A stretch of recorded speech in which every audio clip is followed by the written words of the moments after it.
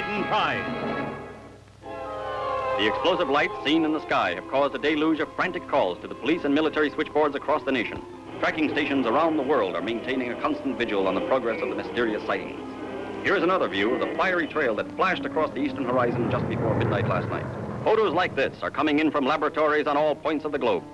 This one is from the Seacoast Observatory. And the Key Maximus oceanographic ship, anchored in the mid-Pacific. In less than an hour, international communications by way of satellite and undersea cables brought a flood of inquiries from around the world. But they weren't all inquiries. Hundreds of witnesses reported falling airplanes, flying saucers from outer space, and speculation on the existence of swamp gas in the troposphere. No opinions have yet been released from official sources. Neither can they deny that something, an unidentified flying object if you will, did trace a fiery trajectory from the upper atmosphere to a landing on Earth. We will interrupt regular programs on this channel to bring you further news reports on this mysterious phenomenon. Today's news broadcast was directed by Toth. Okay, that's it, gang. Back to work. How about giving him a hand to find that fireball, Skipper?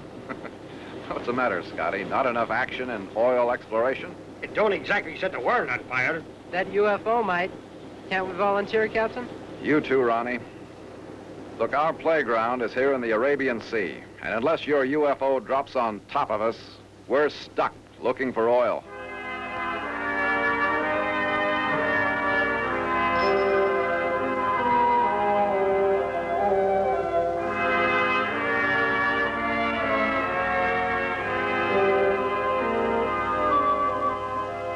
Okay, Ronnie. Now, as you know, the gravimeter detects variations in the strength of the Earth's gravity under the ocean floor. A very slight deviation in the strength of gravity might indicate a dome containing oil. Now, the gravimeter is a complex and highly sensitive instrument, but the signals we've been getting are way off the scale. But, Capitan, is it not possible that these variations are caused by something else? A shark, perhaps? It won't take long to find out, Suzette. If it is. Actions speak louder than words, Ronnie. You all set? Yes, sir. Ronnie, I think you are a very brave young man to go down in this part of the ocean. Well, let's get going, lad, before your head gets too big for your helmet.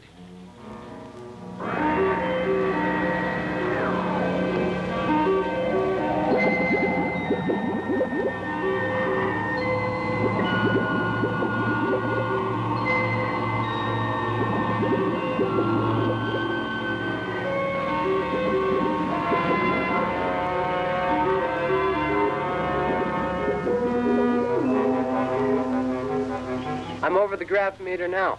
It's in position, Captain. Moving in for a look at the connections.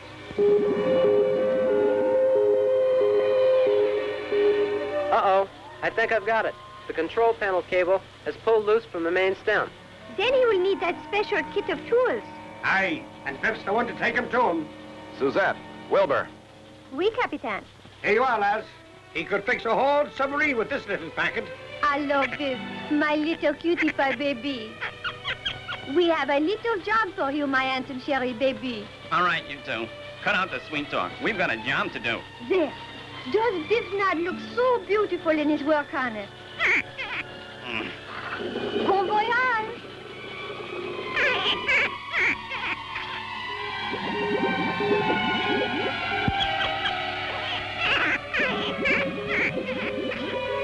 Hiya, Biff. Where you been, old boy? With these tools, I can fix this thing in a jiffy. Miss Perkins, I'd like to confirm our position. Certainly, Professor Jones. North, 15 degrees. East, 68 degrees. 14 minutes. Excellent. So far, we've explored this third of the concession area. The oil-bearing domes we found on shore are good indications we should find oil along this shelf. Agreed. Sheik Black Gold was quite generous in granting the oil company 5,000 square miles to survey. Professor, look at the gravimeter gauge. Yes, that's extraordinary. Captain? That's an oddball needle jump. What's up, Wilbur? It's never registered a deviation like this before. The answer's down there with Ronnie and Biff, Captain, and the gravimeter. Captain, call for you on the Washington priority line. Okay, I have it, thanks. Argonaut, foreign continental limits. Fathom here. Fathom Mechanical here. I've got to see you immediately. Urgent business. I'm on urgent business, Admiral. Look, this project is critical. If we don't make a strike in short order, Sheik Black Gold will cancel the oil company's right to work here. If we don't make a strike in short order, the whole free world could be canceled out. Take your choice, Fathom. All right, Maggie. What's it all about? You heard about the UFO that's causing the uproar? Yeah. It landed in the Somali Basin. That's all that's in your map. Somali Basin. That's a mighty big lap. Two of our Navy destroyers had the position pinpointed. Why don't they pick it up? I said they had it pinpointed, Captain, in sight. When they moved in to investigate, the UFO disappeared. When the Argonaut's gravimeter began to record strange readings, Ronnie and Biff were sent down to find the cause of the trouble. As they work, they are unaware that Captain Fathom has just been informed that an unidentified flying object has fallen into the ocean not far from the Argonaut. Argonaut at north, 15 degrees. East, 68 degrees, 14 minutes. Stand by. Admiral McGonigal calling again, Captain. Okay, got it. Fathom here. Go ahead, Admiral. Here's the detail, Fathom. There's no question that the unidentified flying object landed near your position. Our two destroyers raced two Russian battleships and a British destroyer to the scene. Our people got there first, but they moved in to close the object. It disappeared. No clues left in the water? A small patch of phosphorescent glow. Maybe a chemical leak. Enough to show it was moving east. East. Well, then it wasn't moving with a current. How do you figure that? Seasonal shifting of the monsoon winds, Admiral. In winter, currents in the Arabian Sea move west, not east. That's right. So the UFO was either towed away or moved under its own power. From now on, the code name for it is the prize. Our government can't officially investigate any more in that area. You can figure the prize as one of three things. A craft from outer space, a device launched secretly from Earth for some devious purpose, or A booby trap, maybe? could be. You pick it up and explode an atom bomb in that touchy section of the world. That's it. Three choices. Yeah. So what am I supposed to do, Maggie? It's got to be us that gets that prize, Fathom. Grab it. Scotty, bring up Ronnie and Biff. We've got some detective work to do. Aye, aye, sir.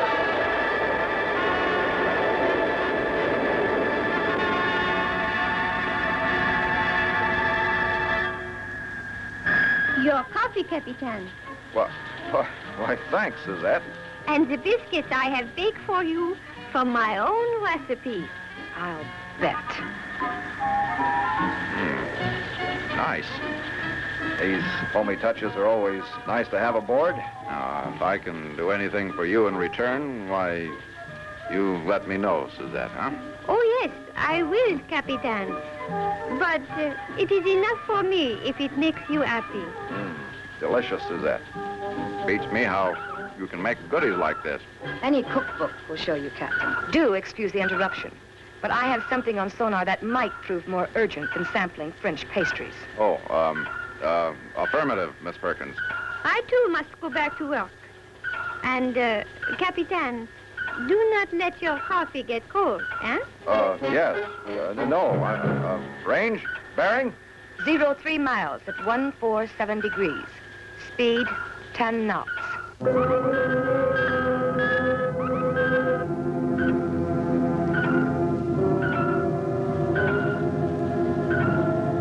Sure indeed, Captain. You want to run silent? Negative, Scotty. We're close enough to take her in pursuit. Let's go get it, gang. Miss Perkins, plot an intercept bearing. Yes, sir. Ronnie, full right rudder to 147. All ahead V10. Aye, sir.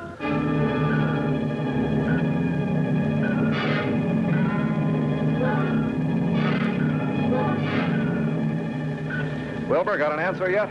Well, it's more like a clue, Captain. You know when we had the gravimeter down on the ocean floor and got that unusual deviation reading? Yeah. I want to know what would cause the Earth's gravity to jump. Nothing.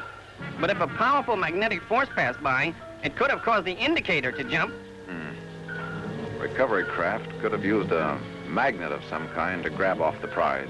Then towed it past us on their way out of the area.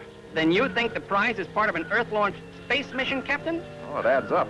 Something went wrong, and it fell short of the calculated landing spot. Of course. The fiery tail was caused by re-entry into the Earth's atmosphere. It gave their big secret worldwide publicity. Whoever launched it will have to recover it to keep the purpose of the mission from being exposed. We're on the merry-go-round with them, Wilbur. One try at the brass ring. We'd better grab it.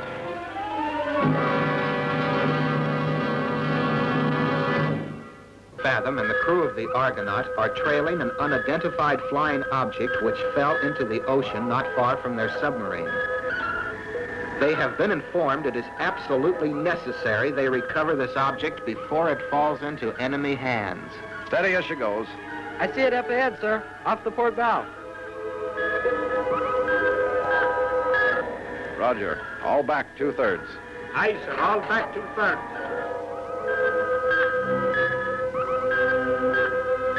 Man, that's an ugly-looking beast. How do you identify it, Captain? It's a submagnetron, a floating magnet. Haven't seen one in years. Any people inside that contraption, Skipper? People? No.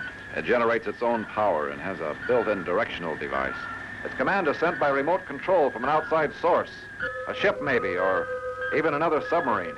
That cruising dynamo generates enough magnetic force to tow derelict ship wreckage and stray torpedoes, or even small submarines. Huh. And that's the prize we're after? Stuck on its back? That's it. That's our prize. Steady as she goes, Ronnie. Aye, sir. I'm getting another signal, Captain. Something metal, but it's not moving.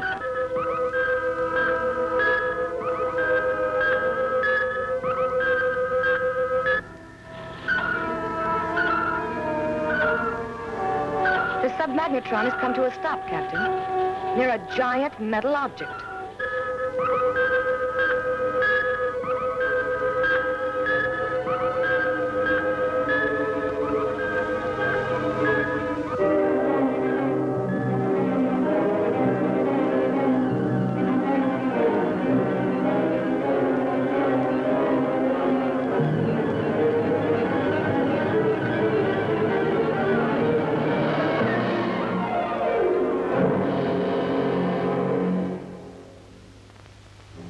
Submagnetron have arrived, Honorable Chang.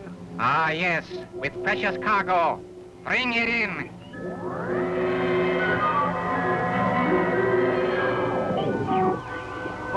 A new signal.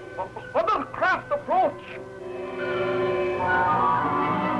So, a trespasser. Send out tractor gun. Very good, sir.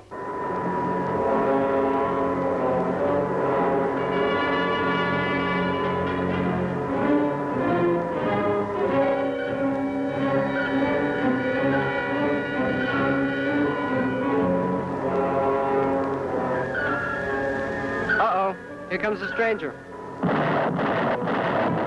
Hey, the crazy fool is shooting at us. We've been hit! Dive, dive. Hit for that cove.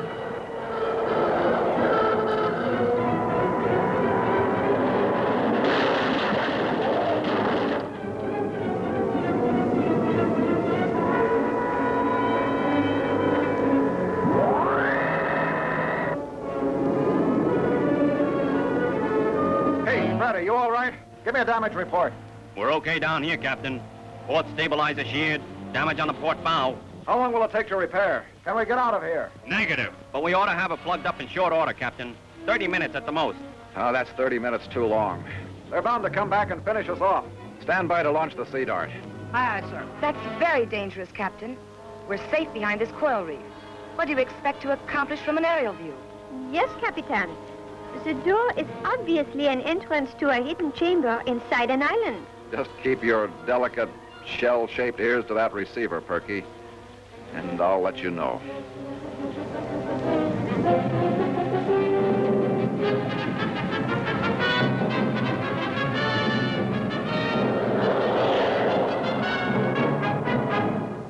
The Argonaut has been fired upon and disabled by an enemy submarine, which has disappeared behind a strange iron door. Captain Fathom is taken to the Sea Dart in order that he might find the enemy's whereabouts and draw their attention until the Argonaut can be repaired. Dart airborne. Roger, Dart. Airborne, 07. Argo, Papa's found home base. What is it, Captain? A lighthouse. What's on the chart for this position? Checking.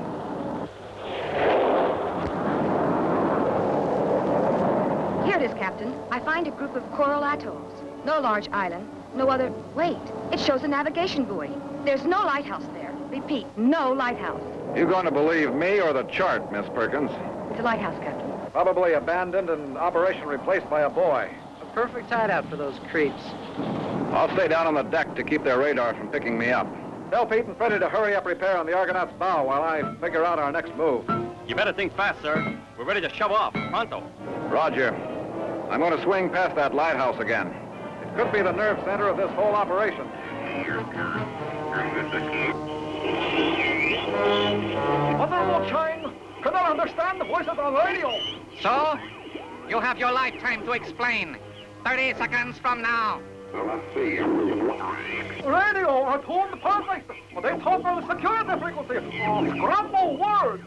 Very clever. You got no ping on sonar? No blip on radar? Nothing, master. No, nothing. Nothing? You say we hear voices of ghosts? Cannot explain, master. Then you die, sniveling dog!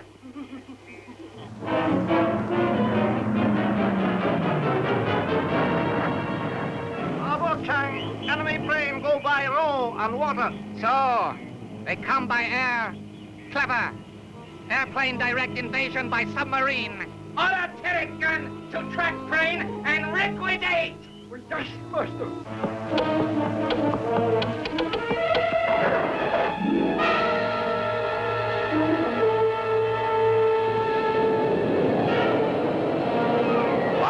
Argo, this is Dart. Okay, here's your move. Over. Argo standing by. Over. Scotty, get underway. Head direct for the big door. Wedge the bow inside. Ram it, sir? That's a solid steel door. I said wedge the bow in. They've got to open it first. They will, Scotty, when they see us approaching. Aye, you're right. Let that cannon out. You stay at the helm, Ronnie. Take your orders from Scotty. Aye, sir. Hot ziggities, we'll blast them. I've got a score to settle with that cannon boat. What about you, Skipper?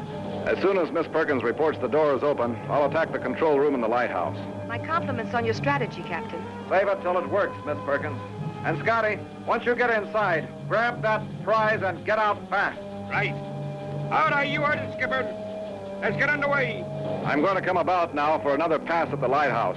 Do be careful, Captain. They're bound to have sighted you.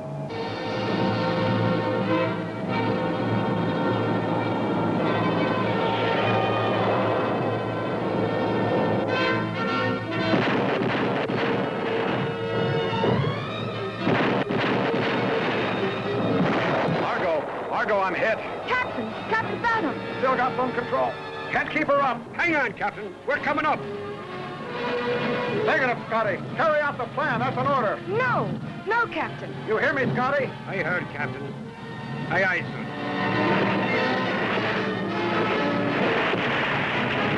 Sea Dart have been shot down by the notorious Chang. The Argonaut's crew is now underway to carry out Captain Fathom's last instructions. Hello, Dart. Do you read, Dart? Captain Fathom.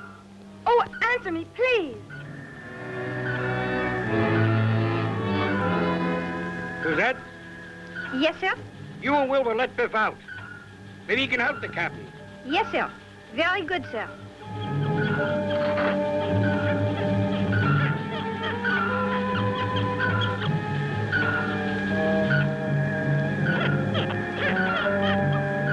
The plan's working, Scotty. The door's opening. Easy, lad.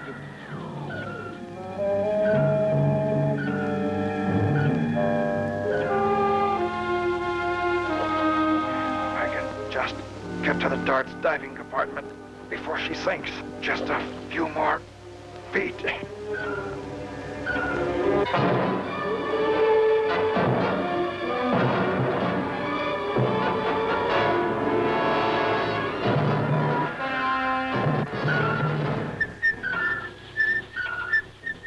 Scotty, it's Biff. He's swimming away.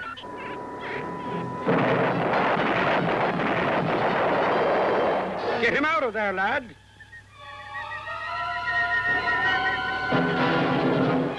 He won't obey my signals. Blast it. He's nothing but a dumb animated fish. That's not true, Scotty. He's...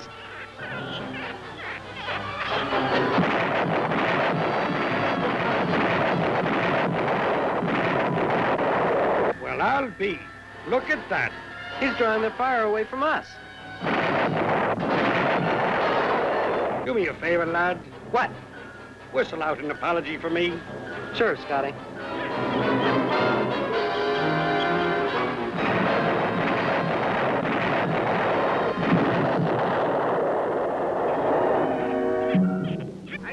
Hey, close the door! Big enemy submarine approach! We're stuck! Door don't work right!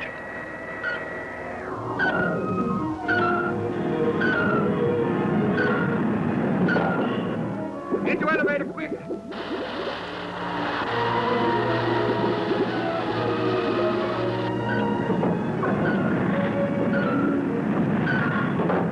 Help! Honorable Chang! Take elevator off! Quick, hurry! Help, Chang! Save us! Bring us up! Bring us up! Timer's in trouble. I want you to bring up elevator right away, Honorable Chang. They have failed, Chang. They must pay for their stupidity. Leave them below. Hold it right there, you double-dealing cheaters. Don't shoot! No shoot! Hey, Ronnie, give me a hand with this thing. Captain Fathom, Biff, and you found the hidden prize. You made it. You're okay. We thought you were a goner. Any landing you can swim away from is a good one, I guess. Let Biff guard the prisoners. Come on, help me get this prize aboard the Argonaut. You hear that? The skipper came through, and he found a highfalutin prize thing. Oh, thank goodness. Hurry, you fool! Let's go, Chef. Does not answer, Chang. He is our only hope to escape, idiot. Make him answer. The prize is safely aboard, Captain. Can't we go? She's right, Skipper. We'd best get out of here. Captain, Chang is signaling. I believe he wants to talk to you. Chang, Fathom here. So, Captain, you have stolen the prize. I must congratulate you. What's on your mind, Chang? You aren't calling just to pass the time of day? Quite right, Captain. I have a small proposition in mind which might interest you. No deal, Chang. Your claws have been clipped. As far as I'm concerned, you're our prisoner. Not quite, Captain Fathom. You still do not have Chang in chains. It is one thing to clip my claws. It is quite another to cage the tiger. He's stalling, Captain. I know, he's up to something. Ronnie, back us out of here. Yes, sir. Captain Fathom? Chang, you've got 2 minutes to come out of there before we blow your place apart. I'm very sorry, Captain, but it is you who is being blown apart. Goodbye, Captain.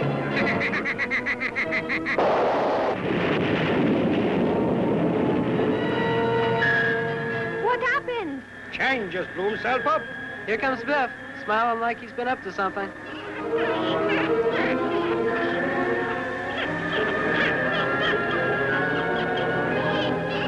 What did you do, Biff, baby? I don't know what Biff was doing out there, but we got the prize. Professor Jones analyzed its contents. Enough iodide chloroskull to wipe out every underseas farm on our west coast. Our full crew is present and accounted for, Capitan. Right, Suzette. Okay, let's take the prize home, Ronnie. Yes, sir.